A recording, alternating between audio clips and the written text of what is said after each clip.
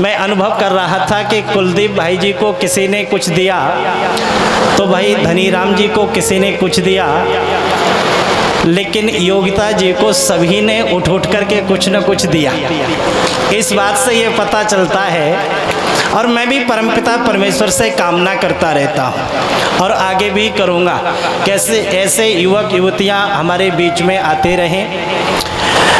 मथुरा से पधारे हुए वयोवृद्ध भजन उपदेशक श्री धनीराम वेधड़क जी, गुरु ब्रजानंद कुटिया से पधारे हुए आदरणीय आर्य जी, आर्य समाज कोसी कला के समस्त पदाधिकारीगण, इस मंच का बहुत ही सुंदरता कुशलता के साथ संचालन कर रहे आदरणीय आर्य जी, और उनके बाजू में बैठे हुए जिनके कारण मैं आप सबका दर्शन करने में सक्षम रहा, भाई सुरेंद्र आर्य जी का भी मैं हृदय की गहराइयों से स्वागत और सम्मान करता हूँ। एक सरलता और सौम्यता की दिव्य मूर्ति हैं। मेरे सम उपस्थित भद्र पुरुषों, प्रिय बच्चों व मेरे नवयुवक सहपाठी भाई और बहनों, जिस समय इस देश में आज़ादी आई, मैं कह सकता हूँ इतिहासकारों ने आज़ादी के विषय में अनेकों पुस्तकों की रचना की।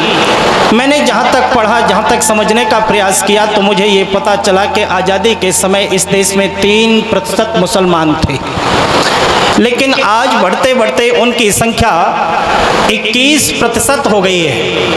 ये 21% मुसलमान अरब से नहीं आए थे, ये हिंदू थे और लालच के वशीभूत होकर के अपने मूल धर्म को छोड़ करके मजहब को इन्होंने अपना लिया। और मजहब को अपनाने का कारण यह है कि इन हिंदुओं के मन में कहीं न कहीं लालच आ गया था। किसी कवि ने लिखा था कि लालच इज्जत खोता है, नहीं इज्जत लालच धारे की, यह लोभ चमक खो देता है हर एक चमकते तारे की। आज भी मैं निरंतर भारतवर्ष में प्रवास करता रहता हूँ और मेरे पीछे पूज्य स्वामी आर्यवेश जी बैठे हुए हैं। आप मेरी बात पर विश्वास न करें तो पूज्य स्वामी जी की बात पर तो आप विश्वास कर ही लेंगे। आज जहाँ जहाँ धर्मांतरण हो रहा है उसके पीछे लालच है।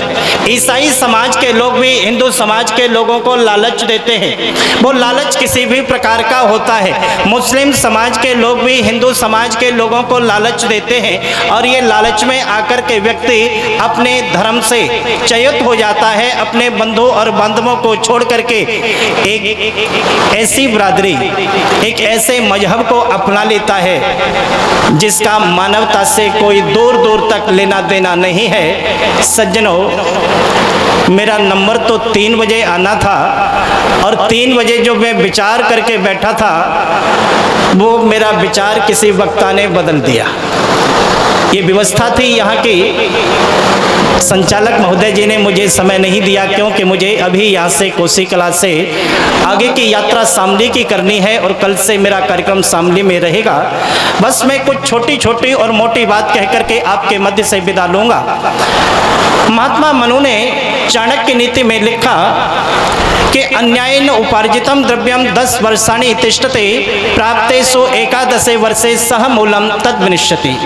ऐ दुनिया के लोगों, आप धन तो कमाओ, वेदों में धन की कामना की गई है। प्रातःकालीन बेला में आचार्य आनंद पुरुषार्थी जिस समय विश्व का सुंदर श्रेष्ठतम कर्म आपको करा रहे थे, आप में से कोई संस्कृत का जानकार व्यक्ति हो वो मेरी बात को समझ सकता है। वहाँ एक कामना की गई थी कि वयम श्याम पतयोरयिणाम, हे प्रभु हम धन ऐश्वर्य के स्वामी बने। परमपिता परमेश्वर ये खुद कहता है कि ऐ मेरे पुत्रों, तुम धन ऐश्वर्य के स्वामी बनो, लेकिन वो धन कैसा होना चाहिए ये नितांत चिंतन की आवश्यकता है। तो वेद में कहा कि इंद्रम श्रेष्ठानि द्रविड़ानि देहि। भक्त ईश्वर से प्रार्थना करता है कि हे प्रभु मेरे पास धन हो, मैं धन ऐश्वर्य का स्वामी बन जाऊं, लेकिन वो धन कैसा होना चाहिए? तो कहा कि वो श्रेष्ठ धन होना चाहिए, वो धन मेरे परिश्रम के पसीने से अर्जित होना चाहिए। और यदि आप सज्जनों परिश्रम के पसीने से धन अर्जित करते हैं, नेक कार्य करते हुए, अच्छे कार्य करते हुए, करणीय कार्यों को करते हुए धन अर्जित करते हैं, तो वो धन आपके परिवार की वृद्धि करेगा। और यदि आप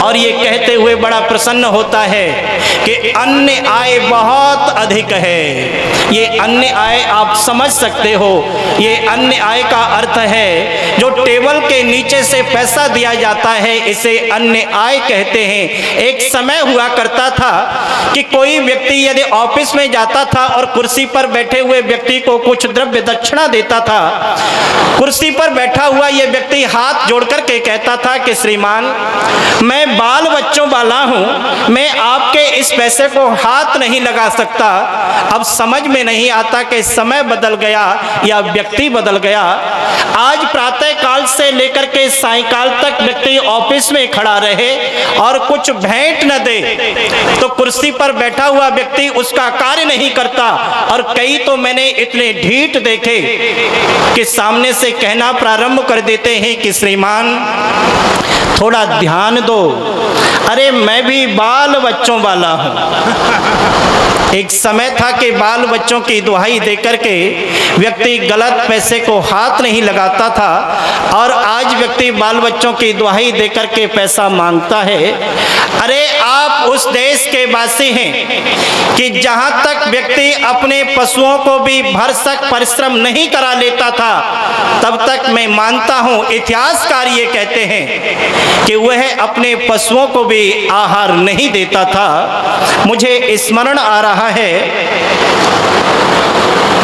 एक पथिक कुछ चपातियां लेकर के किसी कार्य की खोज में निकला हुआ है। चलते चलते उसे मार्ग में एक रैंट दिखाई दिया। रैंट समझते हो? प्राचीन समय में पानी निकालने का एक संसाधन हुआ करता था। उस रैंट को देखकर के इस पथिक के मन में ये विचार उत्पन्न हुआ कि यहाँ जल भी है और वृक्षों की छाया भी है, कुछ समय यहाँ रुक करके थोड़ा सा ये भोजन ग्रहण कर लिया जाए। इस उत्तम विचार को आते ही यह पथिक अपनी उन चपातियों वाली पोटली को वृक्ष की शाखा से बांध करके उस रैंट पर हस्त प्रक्षालन करने के लिए चला जाता है। इतने में एक दूसरा पथिक जिसके साथ एक ऊंट था, उसने भी उस रैंट को देखा और उसके मन में भी वही विचार आया। चिंतन करने लगा कि मई जून का महीना है, इस ऊंट को भी थोड़ा सा यहाँ पानी पिला के विश्राम करा लो और स्वयं भी भोजन कर लो। ये विचार आते ही उस पथिक ने अपने ऊंट को उसी वृक्ष की शाखा से बांध दिया और स्वयं हस्त प्रक्षालन करने के लिए उस रैंट पर चला गया।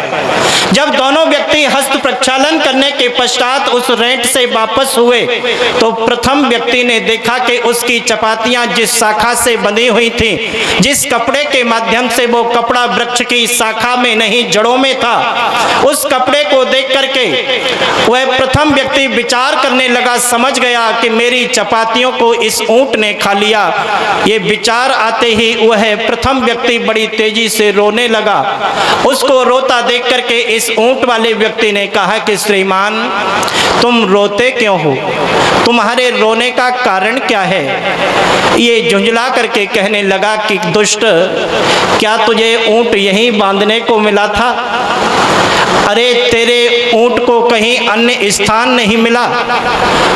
ऊंट वाला व्यक्ति पूछता है कि मैं जानना चाहता हूं, अरे कारण क्या है? पहेली मत बुझाओ। तो प्रथम व्यक्ति कहता है कि तेरे ऊंट ने मेरी चारों चपातियां खा ली।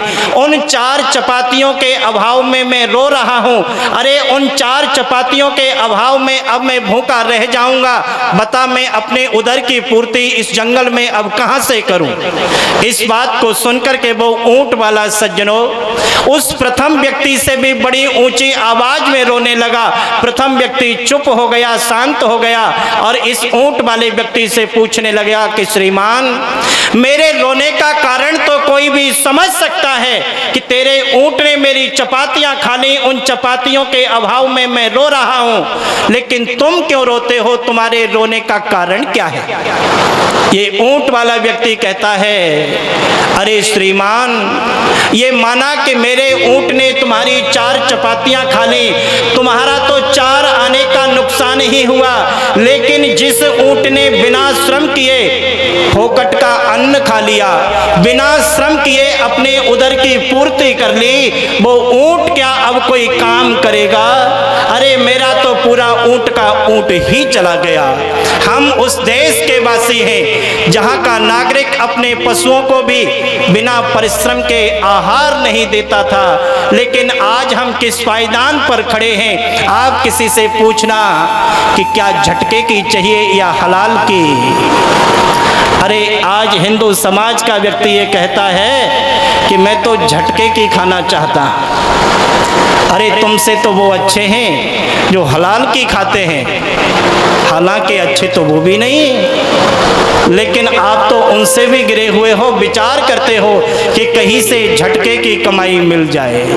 इस झटके की कमाई को मेरे सज्जनों कभी भी अपने घर में मत आने देना। किसी कवि ने लिखा था कि गौधन गजधन बाजधन और रतन धन खान, जब आए संतोष धन सब धन धूलि समान। जीवन में संतोष का होना और धैर्य का होना नितांत आवश्यक है। यदि आप अपने जीवन में धैर्य धारण करते हैं, महर्षि मनु ने धर्म के 10 लक्षणों में प्रथम लक्षण धृति कहा है। आप मनुस्मृति को पढ़ करके देखें तो महात्मा मनु कहते हैं कि धृति क्षमा दमो अस्तेह शौचम इंद्रिय निग्रह धीर विद्या सत्यम अक्रोध दशकम धर्म लक्षणम। ए दुनिया के लोगों, धर्म के 10 लक्षण हैं और उन धर्म के 10 लक्षणों में प्रथम लक्षण उन्होंने धृति अर्थात धैर्य बताया। जिस व्यक्ति के जीवन में धैर्य है, जिसने धृति को धारण किया है, मैं कह सकता हूं कि वह अपनी सभी मनोवांछित कामनाओं को पूर्ण कर सकता है। हमारे जीवन में धैर्य कैसा होना चाहिए। आज हम पग पग पर अपने धैर्य को खो रहे हैं। एक वृद्ध पिता ने अपने इकलौते पुत्र को अंतिम समय में बुला करके कहा कि पुत्र, मेरे जीवन की कुल संपत्ति ये 2 हीरे हैं, और 2 हीरे देते हुए कहा कि इसमें एक असली और एक नकली है, लेकिन कौन सा हीरा असली और कौन सा हीरा नकली है ये बताने से पूर्व वो पिता इस दुनिया का परित्याग करके चला गया। पिता के समस्त संस्कार करने के पश्चात तीसरे दिन वह पुत्र उन हीरों को लेकर के अपने राज्य के राजा के यहाँ गया और जाकर के कहने लगा कि मेरे पिता ने अंतिम समय में मुझे अपने जीवन की ये कुल संपत्ति 2 हीरे दिए और देते हुए कहा कि इसमें एक असली और एक नकली है, लेकिन कौन सा असली और कौन सा नकली है ये बताने से पूर्व मेरे पिता इस दुनिया से चले गए। मैं इस विचार से आया हूं कि आपके दरबार में कोई ऐसा व्यक्ति हो जो ये बता सकता हो कि इसमें अमुक हीरा असली और अमुक हीरा नकली है, तो मैं ये दोनों हीरे राज्य के राजकोष में जमा कर दूंगा। राजा ने उस व्यक्ति की बात को सुनकर के जौहरियों को बुलाया और बुला करके कहा कि पहचान करके बताओ इसमें कौन सा हीरा असली और कौन सा हीरा नकली है। मेरी माताओं, जौहरियों ने भरसक परिश्रम किया, लेकिन कोई भी जौहरी ये बताने में सक्षम नहीं हुआ कि इसमें कौन सा हीरा असली और कौन सा हीरा नकली है। लेकिन उस पथिक ने, उस व्यक्ति ने एक शर्त रखी थी कि यदि जौहरी बताएगा तो मैं ये दोनों हीरे राज्य के राजकोष में जमा कर दूंगा, और यदि नहीं बता पाएगा तो इसका जो मूल्य होगा उसका 2 गुना मूल्य आपको मुझे देना पड़ेगा। आज ये व्यक्ति निराशा के साथ उन हीरों का 2 गुना मूल्य लेकर के, उन हीरों को लेकर के अपने घर वापस आ गया। इसे जब कभी एक नए राजा का पता चलता, ये अनुमति मांग करके राजा के दरबार में जाता। एक नहीं अनेकों राजाओं के यहाँ गया, लेकिन इसे सफलता हाथ नहीं लगी। सर्दियों का समय था। एक राजा के यहाँ से निराशा के साथ दोनों हीरों को लिए हुए ये वापस आ रहा है। मार्ग में पता चला कि एक छोटा सा रजवाड़ा है। राजा से आज्ञा मांग करके यह व्यक्ति उस रजवाड़े में गया और पूर्व की भांति अपनी बात को कहा कि राजन, ये मेरे पिता की कुल संपत्ति 2 हीरे हैं, कोई पहचान करके बताए असली कौन सा और नकली कौन सा है। सर्दी का समय था। राजा ने खुले में दरबार लगा रखा था। राजा ने अपने जौहरी जौहरियों को बुलाया और बुला करके कहा कि पहचान करके बताओ इसमें कौन सा हीरा असली और कौन सा हीरा नकली है। जौहरियों ने हीरों को देखा और देख करके कहा कि हम नहीं बता सकते असली और नकली कौन सा है। सज्जनों, इतने में से एक सूरदास ने आवाज दी। सभा में बैठा हुआ सूरदास कहता है कि राजन, क्या मैं इन हीरों को देख सकता हूं? जिधर से आवाज आई सबने उधर मुड़ करके देखा कि सूरदास एक नेत्रहीन व्यक्ति ये कह रहा है, क्या मैं इन हीरों को देख सकता हूं? राजा ने कहा, मन में विचार किया, चिंतन किया कि जिस कार्य को बड़े बड़े जौहरी नहीं कर पाए ये सूरदास क्या करेगा। लेकिन तत्क्षण विचार उत्पन्न हुआ कि ये जौहरियों की तरह सूरदास भी मेरे राज्य का व्यक्ति है, न चाहते हुए भी आज्ञा दे दी। सज्जनों, जैसे ही ये सूरदास उन हीरों के पास गया और हीरों का स्पर्श किया, स्पर्श करते ही घोषणा कर दी कि राजन, इसमें अमुक हीरा असली और अमुक हीरा नकली है। ये घोषणा करते ही सभा में एक प्रश्न चिन्ह पैदा हो गया कि जिस कार्य को बड़े बड़े जौहरी नहीं कर पाए, एक नेत्रहीन व्यक्ति ने इतनी जल्दी निर्णय कैसे दे दिया। प्रश्न राजा के मन में भी है, प्रश्न जनता जनार्दन के मन में भी है। राजा ने इस बात को भांप करके जौहरी से अर्थात उस सूरदास से पूछा कि सूरदास, आपने जो भी निर्णय दिया हो, हम जानना चाहते हैं कि आपने ये निर्णय दिया कैसे है, क्या आप बता सकते हो? सज्जनों, ध्यान देना, उस सूरदास ने बहुत सुंदर बात कही। वो सूरदास कहने लगा कि राजन, ये दोनों हीरे खुले में खुले आकाश के नीचे धूप में रखे हुए थे। मैंने इन दोनों हीरों का स्पर्श किया और स्पर्श करते ही जो हीरा धूप के प्रभाव से प्रभावित हो गया, मैं ये समझ गया कि ये हीरा नकली है, और जिस हीरे पर धूप का कोई प्रभाव नहीं पड़ा, मैं समझ गया कि ये हीरा असली है। सज्जनों, हमारे जीवन में धूप और छां आती रहती है। मैथिली शरण गुप्त ने लिखा है, संसार में किसका समय है, एक सा रहता सदा है, निस्दिवासी घूमती सर्वत्र विपुदा संपुदा। जो आज एक अनाथ है नरनाथ, कल होता वही, जो आज उत्सव मग्न है, कल शोक से रोता वही। ये अच्छे दिन और बुरे दिन यूं ही चलते रहते हैं, जैसे दिन के पीछे रात्रि और रात्रि के पीछे दिन। सज्जनों, अच्छे दिन आए तो फूल मत जाना, और बुरे दिन आए तो घबरा करके अपने धर्म को मत छोड़ देना। कहने के लिए तो बहुत सी बातें हैं, लेकिन मुझे समय अनुमति नहीं दे रहा, क्योंकि मुझे गाड़ी पकड़नी है। यहाँ से मेला उजाड़ करके जा रहा हूँ और शामली में मेला मुझे जोड़ना है। विगत 10 दिन से यूं ही यात्रा कर रहा हूँ। संक्षिप्त में आप अधिक समझेंगे। मैं परमपिता परमेश्वर से आप सबके उज्जवल भविष्य की कामना करता हूँ। आर्य जगत के एक बहुत अच्छे भजनीक हुए, उनकी पंक्तियों को बोल करके, उनकी पंक्तियों के साथ इस सभा को यहीं छोड़ करके मैं आपके मध्य से विदा लूंगा। कुंवर सुखलाल मुसाफिर लिखते हैं कि वेद की सत्य शिक्षा दिलाते चलो, लोग बिगड़े हुए भी सुधर जाएंगे, बात मानो न मानो तुम्हारी खुशी, हम मुसाफिर हैं कल अपने घर जाएंगे।